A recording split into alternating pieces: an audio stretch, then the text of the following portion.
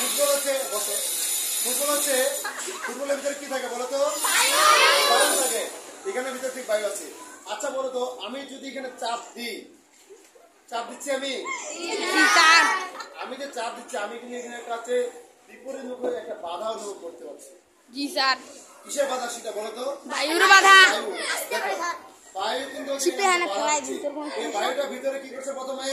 প্রথমে সে একটা জায়গা দখল করছে এবং সে কিন্তু তার একটা নির্দিষ্ট একটা ওজন আছে। আমরা যদি বায়ুর ওজনের পরীক্ষাটা করি তাহলে কিন্তু আমরা তার ওজনটা কিন্তু পরিমাপ করতে পারবো। আমার এখানে ভিতরে বায়ু আছে, সেই বায়ুটাকে যখন আমি চাপ দিচ্ছি তখন ফুটতেছে নাকি না? ফুটতেছে কি? ফুটে না। দেখা যাচ্ছে, চাপ দিচ্ছি আমি, যত চাপ দিচ্ছি ওরাও আমাকে চাপ দিচ্ছি। তার মানে বিপরীতমুখী প্রতিক্রিয়া কাজ করতেছে। স্যার আরেকটু চাপ দিলে ওটা ফুটে যাবে। তোমরা হয়তো নাম শুনছো কিনা জানি না, বিজ্ঞানী নিউটনের নাম শুনছো?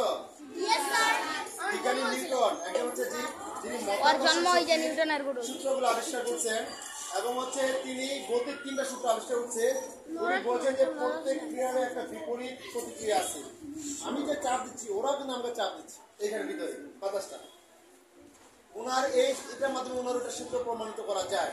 তার মানে আমরা বুঝতে পারতেছি যে বায়ুর ওজন আছে, বায়ু জায়গা দখল করে, বায়ুর চাপ প্রয়োগে বাধা প্রদান করে। বায়ুর 3টা বৈশিষ্ট্য কিন্তু জেনে ফেললাম, মুখস্থ করার দরকার নেই। বায়ুর 3টা বৈশিষ্ট্য আছে। প্রথম বৈশিষ্ট্য কি? বায়ুর ওজন আছে, বায়ু জায়গা দখল করে এবং বায়ু চাপ প্রয়োগ কি করে? চাপ প্রয়োগ অথবা বল প্রয়োগ। চাপও বলতে পারি, বলও বলতে পারি। এই যে আমি এটাকে বল, ঠিক আছে, বা চাপ বলা যায়। এ থেকে বুঝতে পারলাম যে বায়ুর 3টি বৈশিষ্ট্য আছে। সেটা আমরা পরীক্ষা-নিরীক্ষার মাধ্যমে প্রমাণিত করলাম। আর তোমাদের কাছে কেউ যদি প্রমাণ করতে চায় করে যে কিভাবে বায়ু জায়গা দখল করে, বায়ু ওজন পরীক্ষা করতে, অনেকে কিন্তু বিশ্বাস করবে না। করবে? অনেকে বিশ্বাস করবে। যারা করেনি বা যারা জানে না তারা বলবে যে না, বায়ুর আবার কিভাবে ওজন আছে? বায়ুতে বাতাসটা আকাশে বাতাসে আছে, কিন্তু বায়ুটা তাদের এভাবে দেখাতে হবে। সবচেয়ে আরো বড় প্রমাণ দেখা যায় আমরা যখন গাড়ির টায়ারগুলো যখন পাম্প করা হয়, দেখো যে অনেক বায়ুর দরকার হয়। মোটরসাইকেল গাড়ি, যেমন বড় বড় গাড়ি, এখানে পাম্প না থাকে তাহলে কি টায়ারগুলো ঘুরবে? বলো তো ঘুরবে নাকি? ঘুরবে না। ফুটবল যে আমরা খেলতেছি, বাতাসটা না থাকতো তাহলে ওই ফুটবলটা যদি আমরা মারলে ওই ফুটবলটা সর্বোচ্চ উঠে যাচ্ছে। আর হচ্ছে আর যখন আমরা শর্ট নিচ্ছি তখন এখান থেকে যা যাবো সহ্য চলে যাচ্ছে।